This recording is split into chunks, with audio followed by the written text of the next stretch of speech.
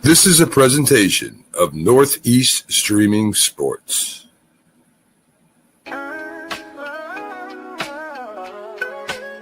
Yeah, yo, it's game time, ain't no messing around. Huddle Sports Network, the best in town. From NFL rumors to the latest trends, we got all your sports, just tune in, my friends. Catch us on Roku, Fire Stick, take your pick. Facebook, YouTube, where the action's slick. Daily shows that drop like a bomb. From 10 to 11, it's Ken and Ken, stay calm. Huddle up, catch the vibe, feel the rush. Get your news, get your fills in the clutch. Over 27 podcasts, we breaking it down. Join the team, Huddle Sports, wear the crown. Live every weekday, it's how we roll. Lions Talk with Jeremy B, we taking a stroll. From 11 to 12, don't miss a beat. We break down the game, make the info sweet. The Daily Huddle Podcast, noon to 1. CST Zone, we're just having fun. Toss your doubts, we bring the facts. Tune into the...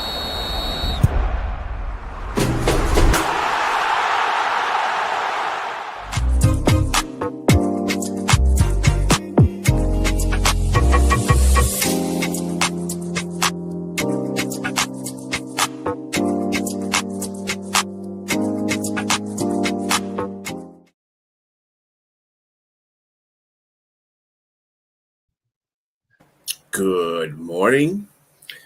Welcome to the debate show. I am your host, B. Strilla. We have here Jack Hirsch and James Martin. And we are going to get right into the debate questions because we have one that was submitted by our own James Martin. Should the WNBA players organize a strike to receive a fair share of the projected $1.3 billion of 2026 television revenue? Well, I want to compliment you, Brian Pastrilla, for getting off to this quick start. I hope they don't call a false start and you're getting out of the blocks too early, but this is good. I like that, like in the Karate Kid, he said, I like that. Nice quick start. I aim to please you, Jack. I appreciate it. Okay, this is James's area. I mean, I'm going to discuss it, of course, but he's going to go first on whether the WNBA players. I mean, I think we agree we'd like to see him get more money, right, James? We're on. I guess we're all on the same page as far as that goes. But let's hear your viewpoint. Of course, in this life, it's a capitalistic society. I think everybody should have the opportunity to make more money, but does it mean that you're making more money because people like your product, regardless of whether or not people like your product? I just think that if they're going to do a strike, and I think they should, if that's what's best for them to get a piece of that revenue, that's a lot of money projected for 1.03 billion coming in over the next couple of years. That's a good morning, Richard. It's a great a lot of money that they should have a piece of. But yes, according to the NBA, you got to take this with a grain of salt. They've never made a lot of money at all as anything. They've always been in the red with the WNBA for 29 years. And if that's true, you would think, okay, why haven't they capsized? Why haven't they, folded or been, just outright filing bankruptcy and starting with something different? Because there's talent there. I think there's talent that people do want to see. There's a market for people, but it just may not be the same market as the NBA, may not be the same market, definitely not the same market as the NFL. So I don't know if even with Caitlin Clark, the appearance of Caitlin Clark, supposedly the numbers still were in the negative, but they climbed out 46%. They climbed up 46% with the appearance of Caitlin Clark, but they're still in the negative. And to say that they should strike for some of that money, I think they should, but do they deserve to get it, or do they deserve to get more money based off of what the revenue or the viewership is? It's just not that great. I just don't think I think you deserve what people are willing to pay for, and it's not the same product. It's not the same over the top basketball that you see. It's just kind of unfair, but it's what it is. You don't see the same excitement and draw to the same thing that when you see WNBA versus NBA. It's just different. And I think people out there who think are disingenuous when they say that they deserve the same amount of money or some equal footing to like the other sports, because that's just not the same. It's not the same at all. Because again, I've tried. I'll be honest with you, as a sports fan, I've tried to watch it. Sometimes it's like watching paint dry, and I just can't do it. It's just really hard for me. And no offense out there to anybody out there who loves the game. It's just hard for me, and I don't see enough star power to come after Caitlin Clark. She's sort of like a unicorn. I don't see anybody else that's going to draw and say, okay, this game's about to really change, because you see that right now, Angel Reese is getting the airtime, and so is Caitlin Clark. But hopefully that's a start. But I just don't think. I think you only deserve what people are willing to pay for and watch. Yeah, it's not the same as society. This is in relation to the WNBA players wearing the shirt. I forgot the exact words on it, but I'm paraphrasing to give us... Pay what you owe us. Pay what you owe us. No one owes him anything.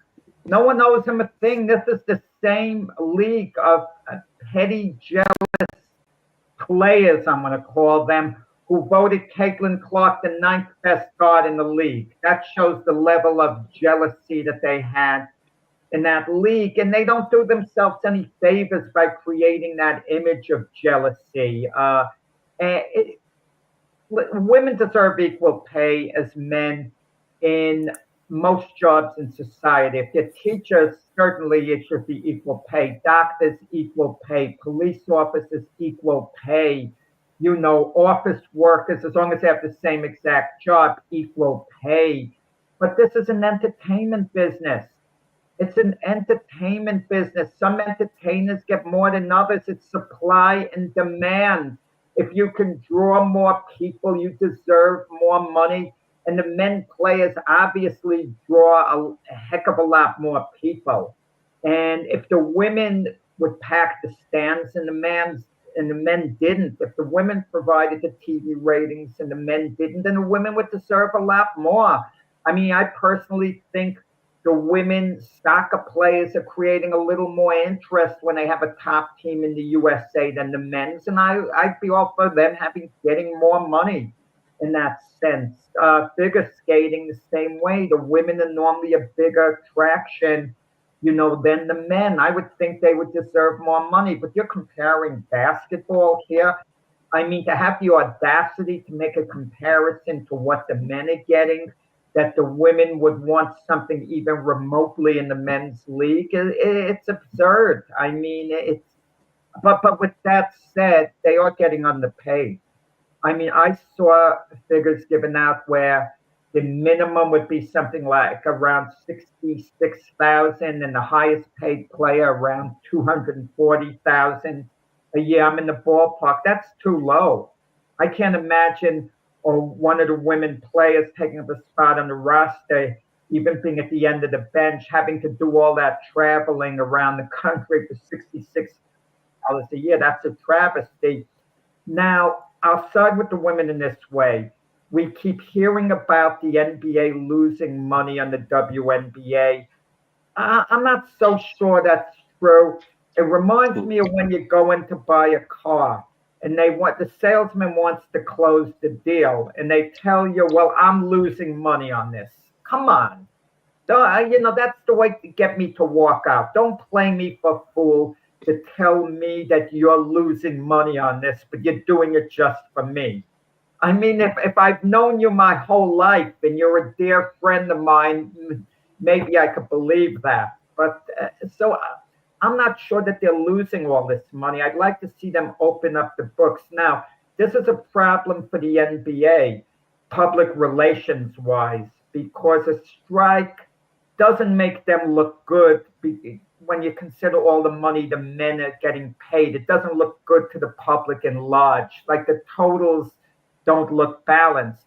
But should the NBA take the attitude, we're willing to lose, if they are losing money, we're willing to lose additional money just so we don't take a PR hit I mean, what are the women contributing to the NBA? Why is the NBA even, having control of the WNBA? Why can't they be a separate entity? I don't get it. Exactly. If they were a separate entity, they probably wouldn't survive if it didn't happen. That tells me right there. It has to be to have the support of a big brother. I mean, or a big brother company to actually help sustain it, because it's just they probably are losing money, and so I mean, I guess you don't want to just let it go fall by the wayside. I wouldn't want it, because it'd be a PR issue. I think it'd be a major PR issue if they let that fall. So that tells me right there that they probably are losing money, but they're just doing it because it'd be even worse of a hit if they actually just let it fall. So, but again, I think, go ahead. I think that it's just, it's going to get better, because I think, again, with the emergence of a Caitlin Clark, it seems, and an Angel Reese, seems like then they have a rivalry. I'm not going to put it the same as Bird versus Magic, but I mean, I'm not putting it in the same breath. I'm just saying they strike while the iron is hot, and they were actually able to do that, capitalize that from college transition, because it was a big deal when they were playing against each other in college, and they transitioned to the WNBA, and they got more viewership, and people wanted to see, particularly see Caitlin Clark, and I think and again, like you said, there's petty jealousies and stuff like that in there, and I think that's going to help them in this situation. That they're smart to do a strike right now and to try to get them some of that revenue, because obviously they're like you say, underpaid. It's just a matter, again, the viewership, obtaining a equal footing is definitely not going to happen. James, you're making the comparison, Larry Bird and Magic Johnson. People love Magic Johnson. They would tune in to watch Magic Johnson. He's one of the all-time favorites. Same here. Hey, Sonia. How you doing? Same here, Sonia. But Angel Reese, people can't stand her. I'm not saying she's not a team player, but Angel Reese is constantly trying to build up her own brand. Okay, Caitlin Clark's brand is being built up for her naturally, in part because she's white. Let's be honest about it, okay? But regardless of the reasons, you have to like the people you see. For a while, people, when watching the NBA, they would get sick of the personalities. Sometimes you get so turned off by personalities, you don't want to watch it. Even the guy I do the show with, Glove Fist, Frank Laterzo, sometimes he gets tired of boxing because of all these clowns, the names I'm not going to name, the personalities, a bunch of knuckleheads incorporated, in the boxing world. Honestly, But Jack, it's all for show. Go ahead. I'm sorry. Go ahead. Angel Reese isn't for show. Robert Griffin got fired for making a remark that he sees Angel Reese having pure hate towards Caitlin Clark. He could tell looking, just saying, I don't know whether that's the case for sure. I can't say for sure what she's feeling inside, but I'm going to tell you, it sure looks like hate to me on the outside, from her perspective. And now Shaq gets involved. Oh, I'm going to punch him in the nose. I mean, I'm going to tell you, if Shaq put a hand on RG3, they should throw Shaq's behind in jail for assault. Or it should be taken as a threat, stuff like that. It is. I mean, and I was disappointed in Shaq for even going that direction. But again, I think all of this is somewhat calculated. I think, again, this adds more to the lore of the WNBA and leads more into them getting more viewership. Because, I mean, it seems like they're doing everything. And I like the rivalry thing. But, again, it's just what it tells me how valuable Caitlin Clark is, the fact that she wasn't going to play in the All-Star game. And it didn't, and it took a lot of viewers away. And so you really got to, everything's dependent on. It's not about Caitlin Clark in itself. That's kind of overrated. I think of the rest of the women in the league. My feeling is to sum it up from my end, this argument, the NBA is losing money as is. You can't pay them an embarrassingly low amount of WNBA. Hike up their salaries somewhat. Give them an extra 5-10% for the next 3 years. Just something to hike it up, because for them an extra 10-15,000 pay off. Oh, and about Angel Reese, she says she's paying $96,000 a year in rent, so she can't afford to pay that on her WNBA salary. Who the heck pays that? That's why she's not the most likable person. $96,000 a year. Oh, good gosh! You mean she couldn't get a place for, let's say, $3,000 or $4,000 a month? A beautiful place you could get for that amount. $96,000 a year in rent. I would imagine not in Chicago. I mean, she lives in Chicago, right? Yeah, that's sort of. I'm pretty sure. I'm pretty sure rent. I mean, to live in a decent area, I wouldn't want to live in the South Side. I mean, to live in a decent area, I'm pretty sure you're going to front some form of amount of money. I mean, because she's. Let's just be honest. When your face is motorized, you gotta be paying something to stay away from the unwantables around you, undesirables. You got to make sure you're staying in a decent area because she's known. She can't be just in like some regular apartment. So I would imagine, it's probably tough. Yeah. Okay, you got me on that one. Fair enough. Yeah.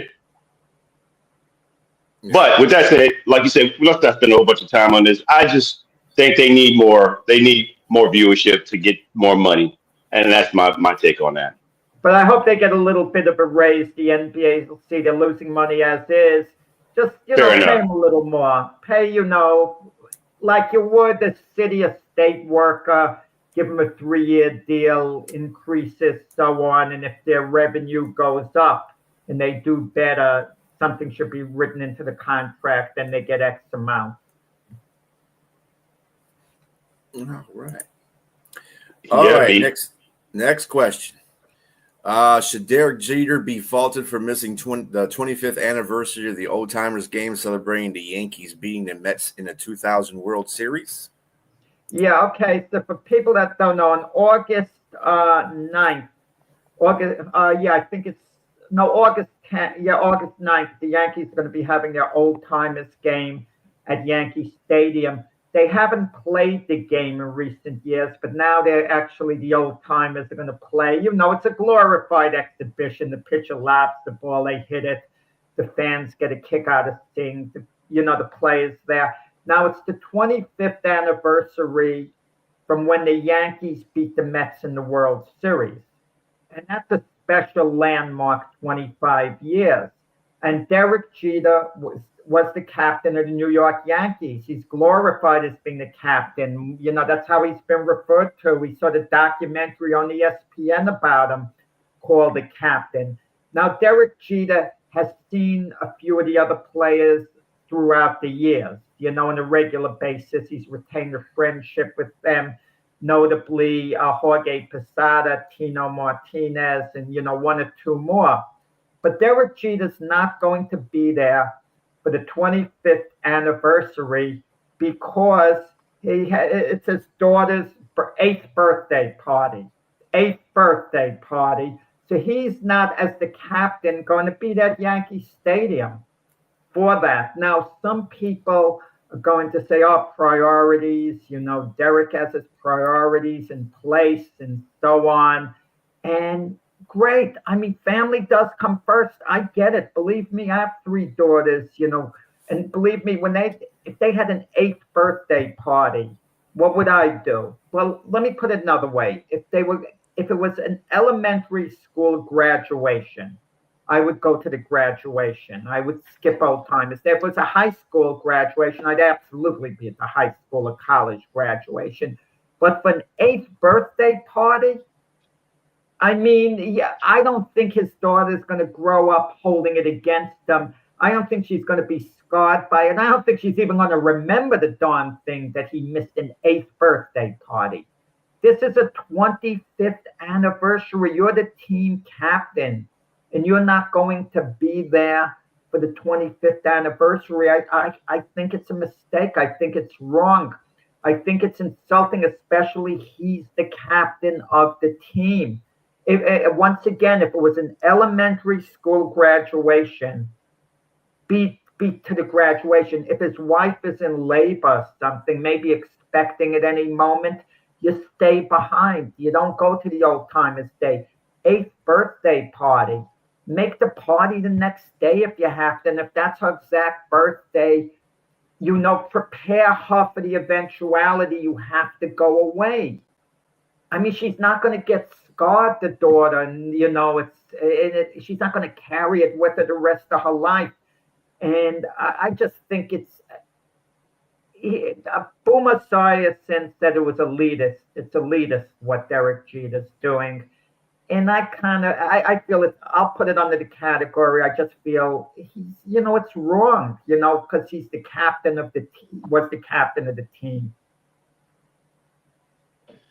I'm going to have to really disagree with that. I just think that there's been a lot of athletes that have been on the road, that have done many different things, that had the mentality of like, I'm doing everything for my team. And they've missed a lot of birthdays. They've missed a lot of events for their children being athletes in sports.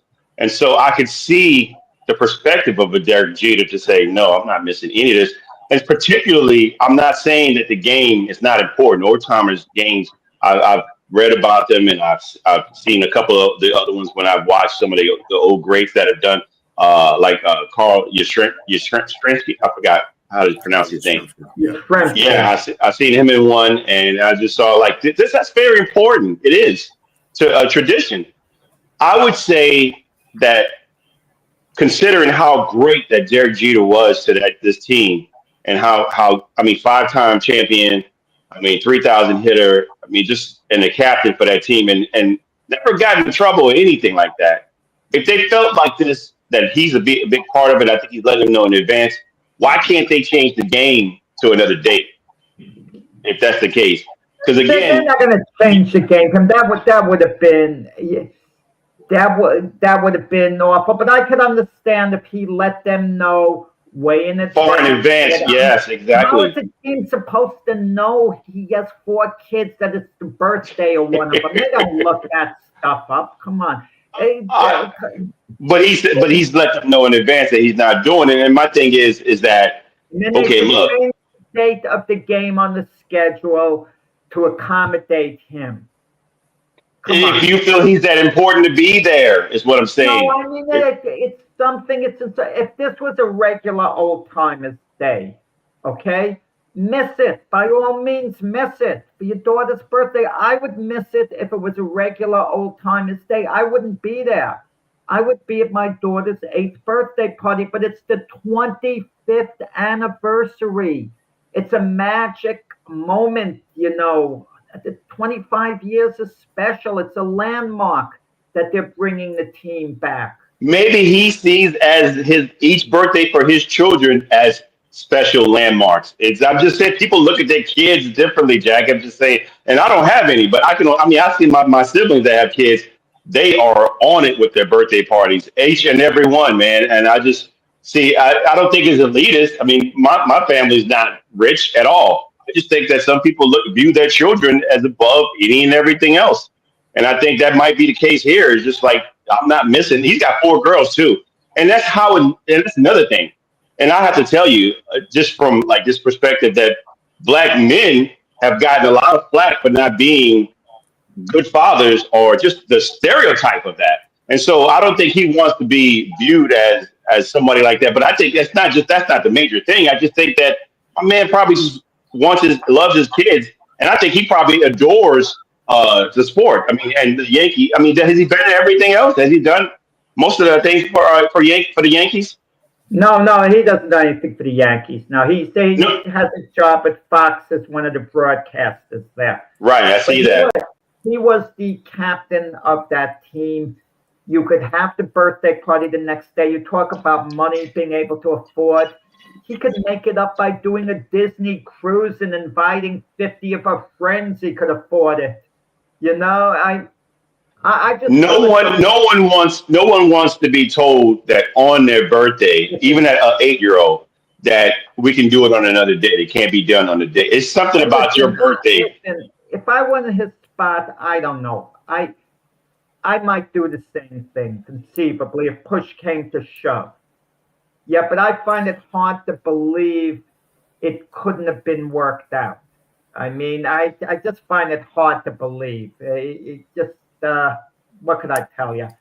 Well, don't You put know, the work out. come there early, or even if you have to, you come there early, you're there at the beginning of Old Timers Day, it's an afternoon game, you fly back to Florida where he is immediately, and you have a big birthday party with the friends, you know, something like a six o'clock type party that goes on. You know, there's a way of getting it worked out. Well, I mean, I wouldn't put the onus on getting it worked out just on Jeter. I'd get the onus worked out on both parties in both parties. First of all, me having kids and me having daughters, you may say, well, it's just her eighth and she's not going to. Kids remember their birthday parties. I still remember my birthday parties at a younger age, and I'm old as F. Okay, so I mean, I'm just saying that maybe he feels that the reason why he canceled that, not because he can fly there, do the thing, and fly back.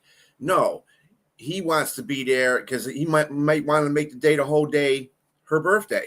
It's a special day. It's her 8th birthday.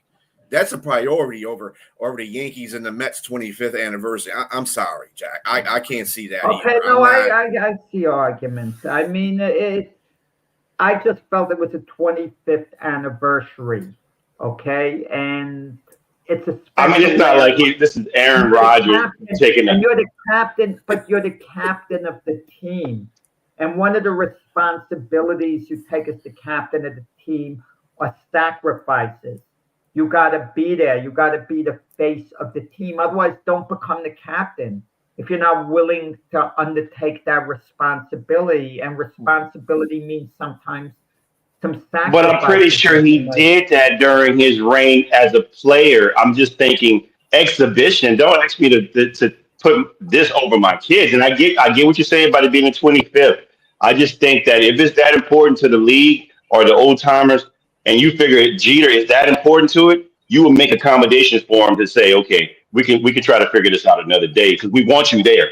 We want the date could be another date. It doesn't have to be on October 8th. I think you said. I think or whatever. Yeah. August 9th. Yeah. August 9th. Yeah, it could be another date, man. I just think. I mean, I get it. Wherever the place is being, the venue is, it's probably booked for some other. It's probably hard to just try to get another date somewhere. And then everybody's, probably paid their tickets to go to this game or whatever. I just think that family has to always come first. Yeah. All right. Let's move to the third. what you do? Just very quickly, you fly her friends and their family all to New York, and they'll love the trip, her friends, and then have a party after the game in one of the hotel things, and it'll be this is coming from a New Yorker, by the way. That is so funny, man. He can afford it. All right. Taking in consideration that the results were prearranged, was Hulk Hogan the greatest WWE, WWF wrestler in history? No. The most entertaining, yes. The most charismatic, I guess, yes. But it's like comparing any other sport, or if you want to call it a sport, era against eras, okay?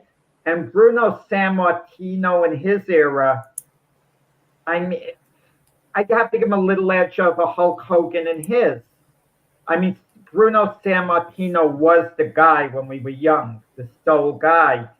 Ric Flair, okay, a lot of people would place him ahead of Hulk Hogan, that Ric Flair was the greatest. And beyond that, I mean, Andre the Giant.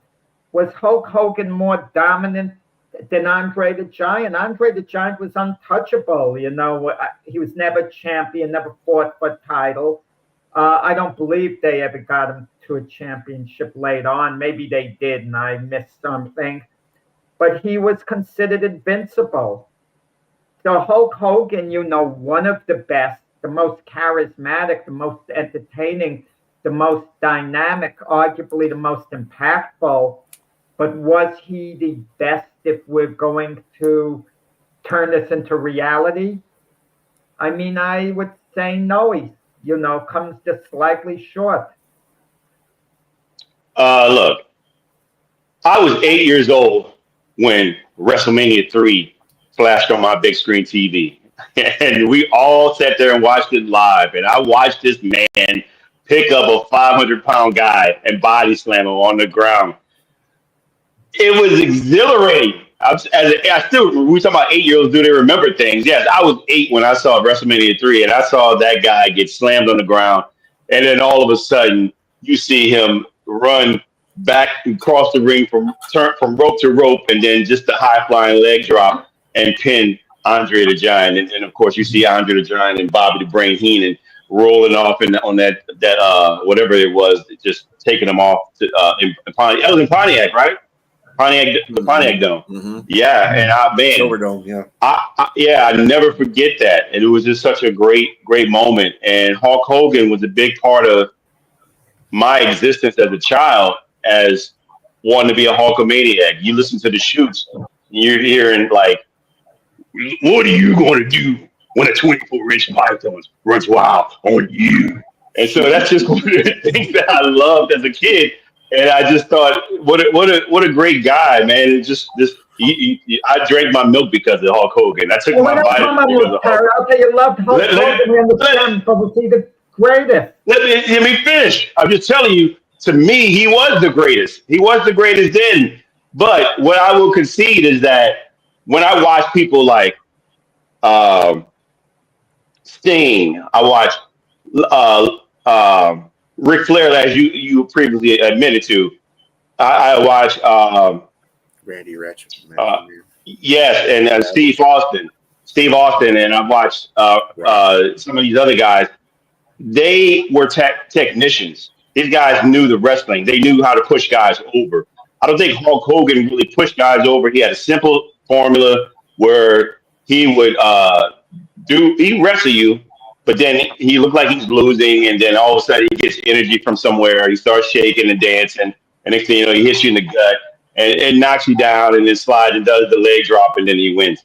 It's just it wasn't great. It wasn't all that, but he was a larger than life, literally, physically, and figuratively charismatic individual. And I think everybody loved the tearing of the shirt, the Hulkamania shirts and stuff like that. So in essence, he was great overall. He brought, like I mentioned on your show yesterday, you and Keith, that he helped build the WWF and later WWE to what it was.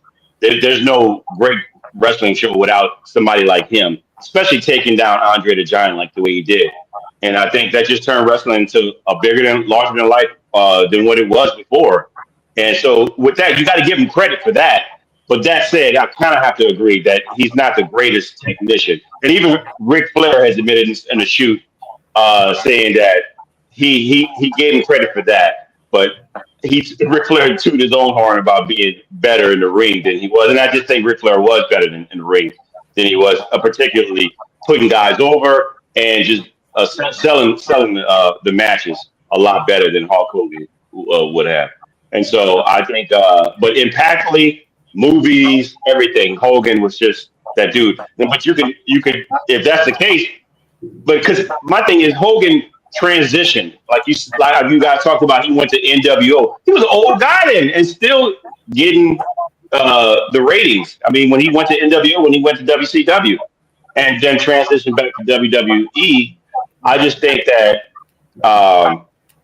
some other guys like The Rock, and like the mantle was passed to The Rock. The Rock has done the same thing, and he's probably arguably had like the best career in movies and maybe highly impactful in wrestling as well during a different era.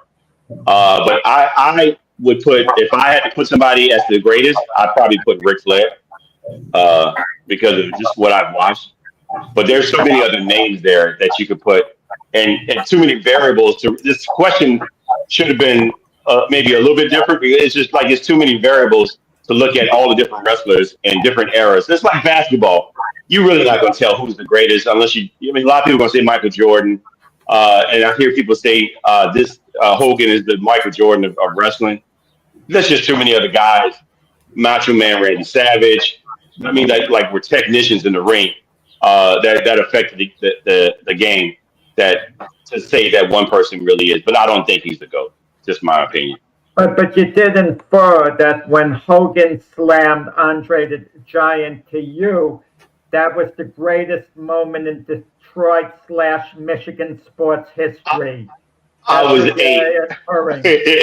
I was an 8-year-old watching this. I'm talking about then. I have grown and seen many different things since then. Sports history, the body. Jack. I was an 8-year-old. So don't even there no more. So. I was an 8-year-old that saw this and thought. No, we're going to have it another time if we're going to ever stick on wrestling. Another as a debate question, not for today, but for another time. This is a fair question. Who was a more popular WWE champion, Stone Cold Steve Austin or The Rock? Let's save that for another time because that's not an easy answer. And I think this debate question should have been more, is Hulk Hogan one of the greatest proprietors of that sport than any of the other ones?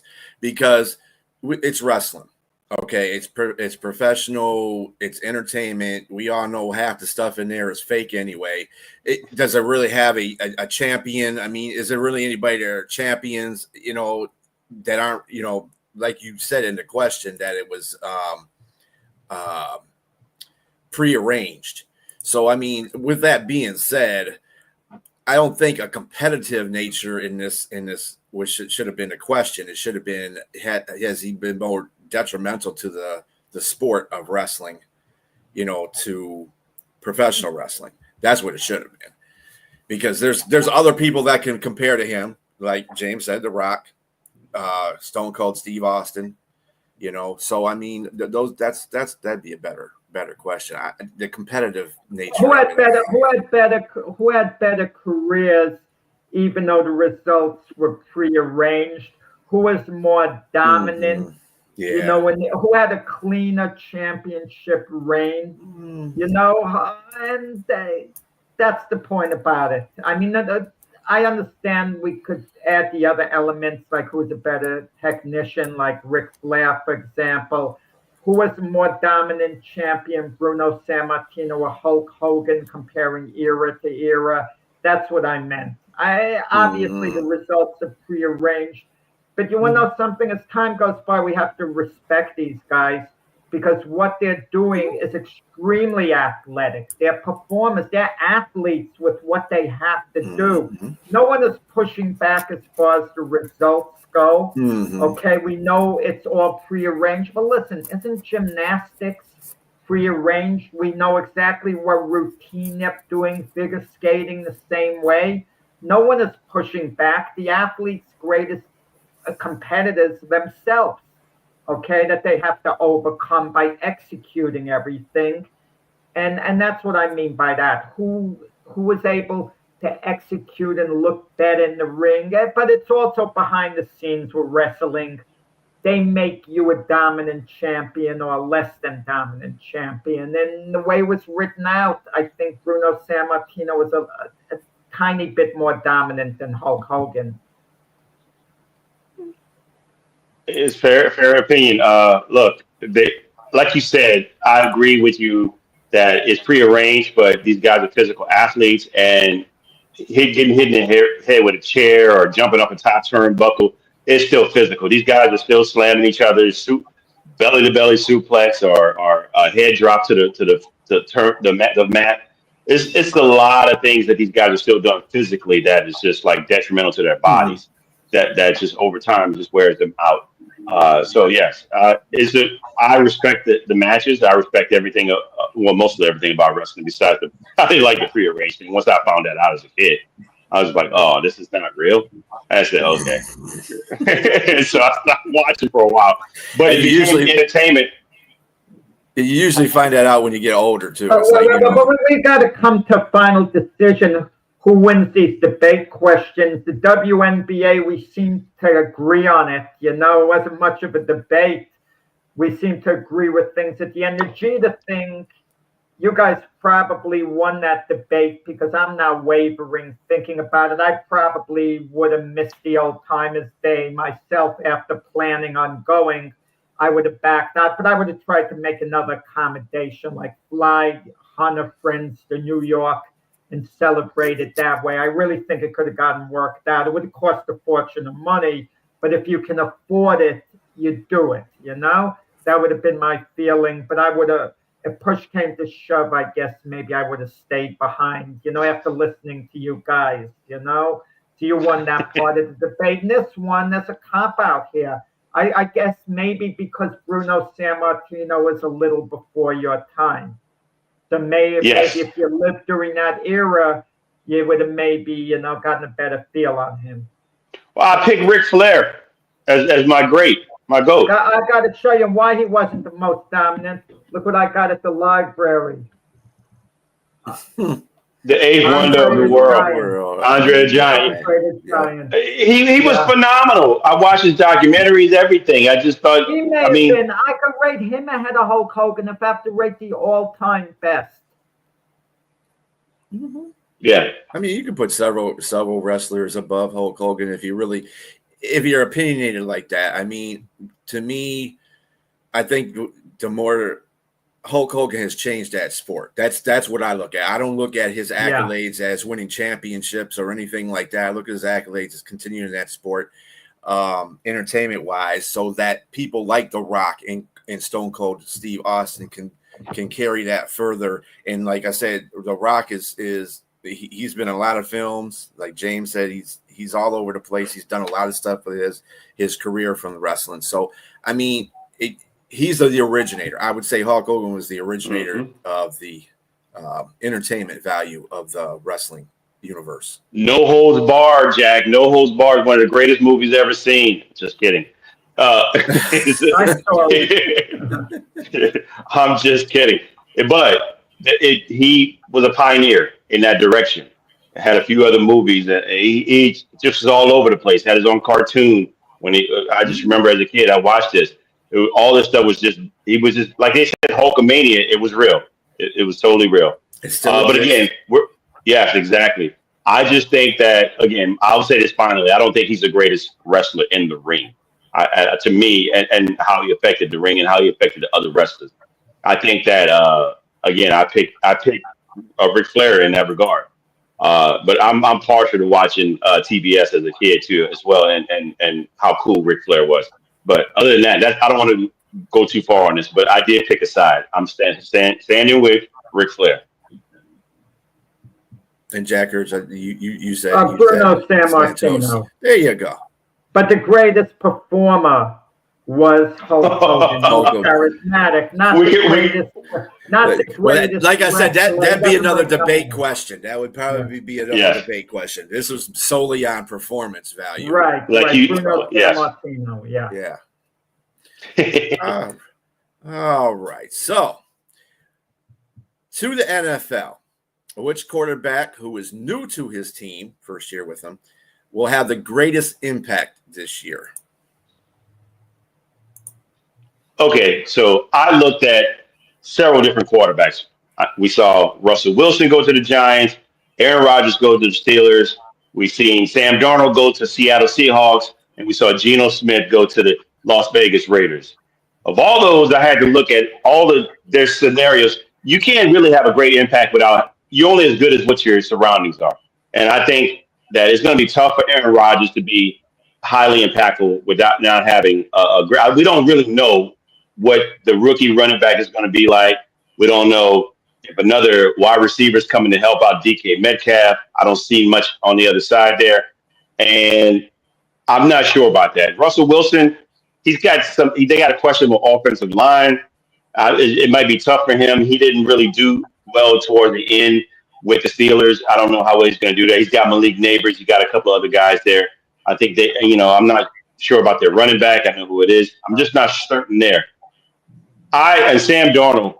I think Sam Darnold's going to regress to what he was prior to what he did in Minnesota last year. I'm just not certain. I see some of the weapons. He's got Jackson Smith and Jigba. He's got Kenneth Walker there. I think he's got an okay roster, but I think he needs to have greatness around him. When he was in Minnesota, he had a great coach. He had some great wide receivers and a great running back. I think the situation needs to be ideal for Sam Darnold to succeed. What I do think is Geno Smith, under the guidance of his former head coach, with a stellar running back in the backfield, with a decent wide receiver, Jacoby Myers, and Jack Beck that just got drafted out of TCU, along with Brock Bowers, I really think they're going to be successful. And I think Las Vegas is going to be a lot better than they were. So I'm going to pick, of all these quarterbacks, I'm picking Geno Smith. I don't want to stay too long on this because I just thought I broke it down with where everyone is. And I think Geno Smith is going to be the guy that be the most successful or impactful, as you said in the question. No, I'm just going to say the Raiders have in their division. They have the Kansas City Chiefs. Are they going to beat them out? Unlikely. The Denver Broncos, are they going to beat them out? Unlikely. The LA Chargers, are they going to beat them out? Unlikely. So that means they're going to be in last place if that scenario takes place. So I don't know what great impact he's going to have unless he changes the culture of the team. And Geno Smith is not going to change the culture of that team.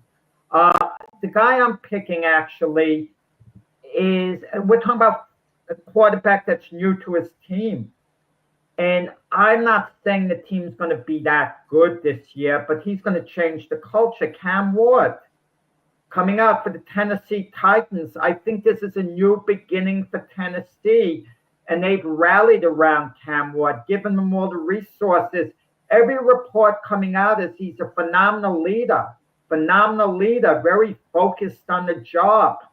And it's going to pay dividends in a couple of years. Maybe not as much next year, maybe not. But a new era is beginning in Tennessee, and it might not take shape in wins and losses, as I just said, in the first year.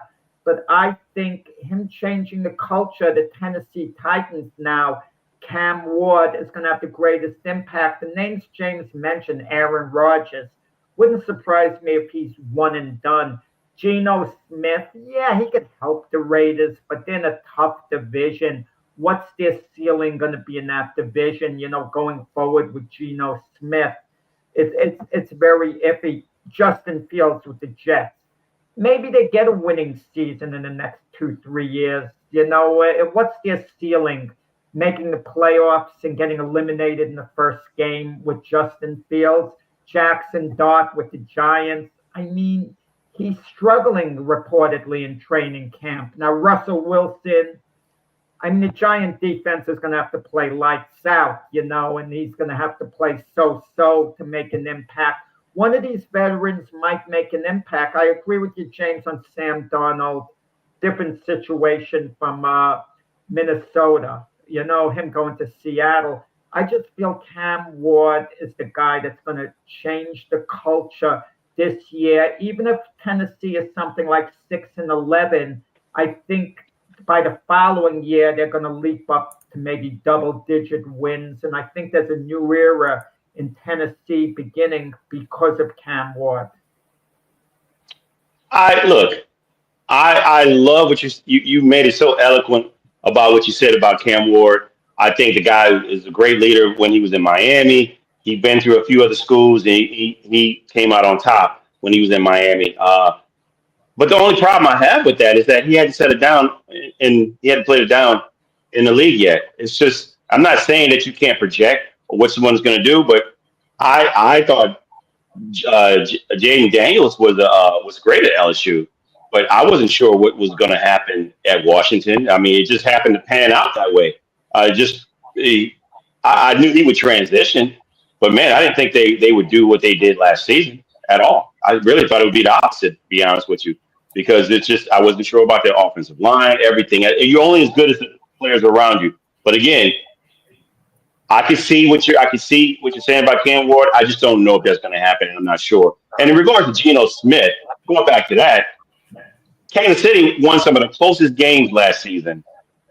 They won by the skin of their teeth on a lot of their games. So I'm not saying that they better be like much better than they were last season in order to overtake some of these people. I just think that some of the second year players like Brock Bowers are going to be highly impactful.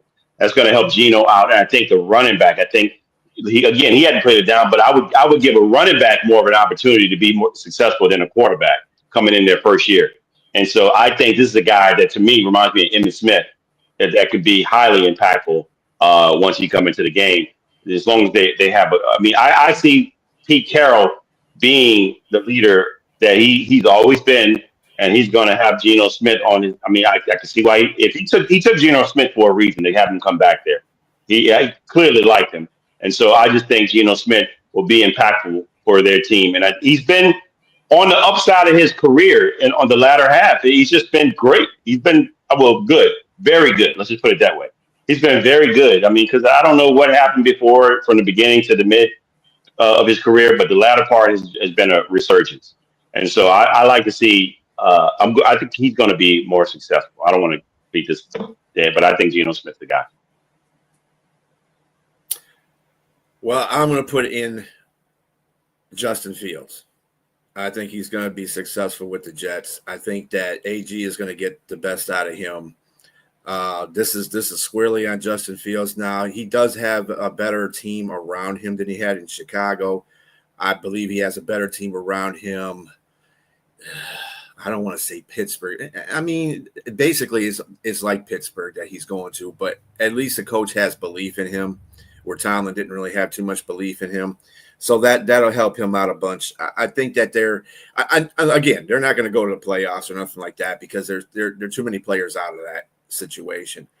But at the same time, I think they can squeak out third place in that division. I think Miami's finished. And he's got enough. He's got enough weapons there. The offensive line is going to be better. His defense is going to actually play this time. So, with all that being said, I think he's in line to be more successful this year. I like the Geno Smith point. I think that's fair too. And Cam Ward, yeah. The problem with Tennessee is another team that doesn't have a lot of players around them, so he might accelerate. But I don't think the rest of the team is going to be able to do so because they don't have enough players on that team. That team is kind of like going to be the last place team in that division. They're going to play some close games too, but I don't see Cam Ward being the difference maker on that team at the moment. Yeah, what you mentioned about the Jets, Justin Fields, I hope you're right, but the way you presented the argument didn't look good by saying they could squeak out third place. They could come ahead of Miami. That means they're finishing behind the New England Patriots. That doesn't seem like much of a difference maker if the Patriots beat them out this year. Because the Patriots might improve and go 8-9 or something like that. That would be an improvement. So I hope you're right about Justin Fields.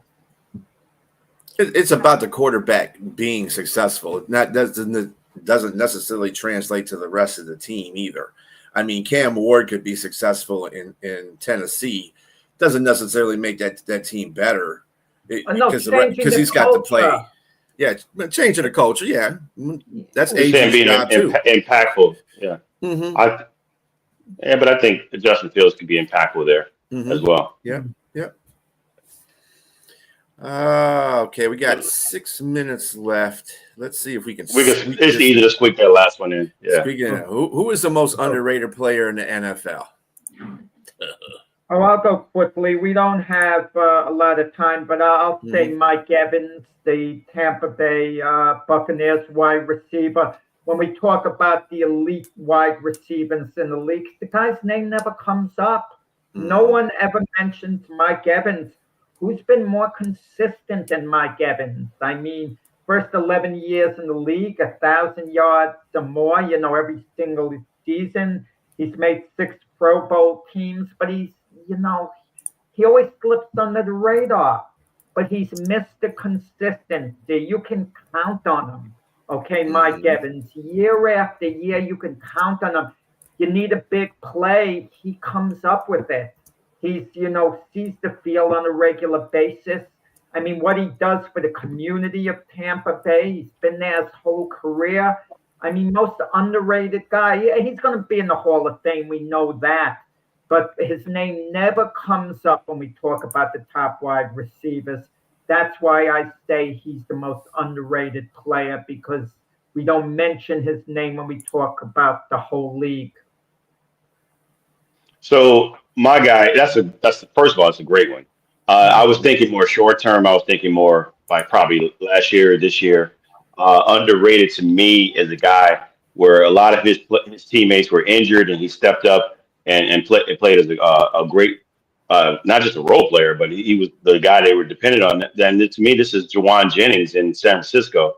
I just thought that with the injuries to Ricky Pearsall, the injuries to Brandon Ayuk, and to Deebo Samuels last year, my man stepped in, had 77 receptions and over close to 1,000 yards and 6 TDs. And before that, he was averaging about 300 yards a season. He only had like 3, but he stepped up and was able to be the guy there in San Francisco. And for a team that has Super Bowl aspirations and a quarterback that had to depend on talent around him, I thought that Juwan Jennings was the guy that actually stepped up to me. So he's underrated. That's probably why he's on the sideline right now trying to get his contract in order, because he knows he's needed.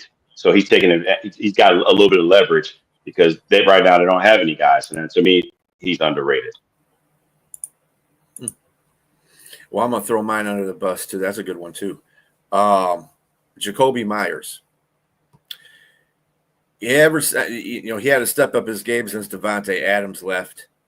And then of course, Brock Bowers got there and still overshadowed him. And not because of playing ability. Is this Brock Bowers is, he was a one-of-a-kind tight end coming out of college. So, I mean, the Raiders, they do need some more support as far as offensively. But Jacoby Myers is holding it down as a receiver. He's their number one receiver, and he doesn't get a lot of credit for moving that team up and down the field as much as Brock Bowers does. And I think that's unfair because he's made a lot of key catches. He made a lot of key catches last year too. And that's, like I say, he's overshadowed by Brock Bowers, which I think is kind of an unfair thing because, he kind of reminds me let me take this back. Let me put this a little bit backwards. He kind of reminds me in the same way as Evans, not the same player, but just how he's underrated, where he's there, he's there, and he's being consistent with everything, but nobody talks about it. And that's why I like Jacoby Myers for that role. It's funny that we all pick wide receivers and nobody picked any other position, but yeah, that lets you know some of these wide receivers are definitely underrated. But we picked different guys. Yeah, again, that's a great pick. But I definitely going with Juwan Jennings. And again, Jack, that Mike Evans pick is great. But I don't know how underrated he was last year. Yeah, that's just great. Yeah, that's spot on. Yeah. All right. Well, this will conclude our show for today. Please join us tomorrow morning at 8 o'clock a.m. Eastern Standard Time for the Sunday Sports Show, and then at 4 o'clock p.m. for the One Ass Cheek Three Toes Show. I will bid you a very good rest of your weekend. Gentlemen, have a great day. I will see you soon.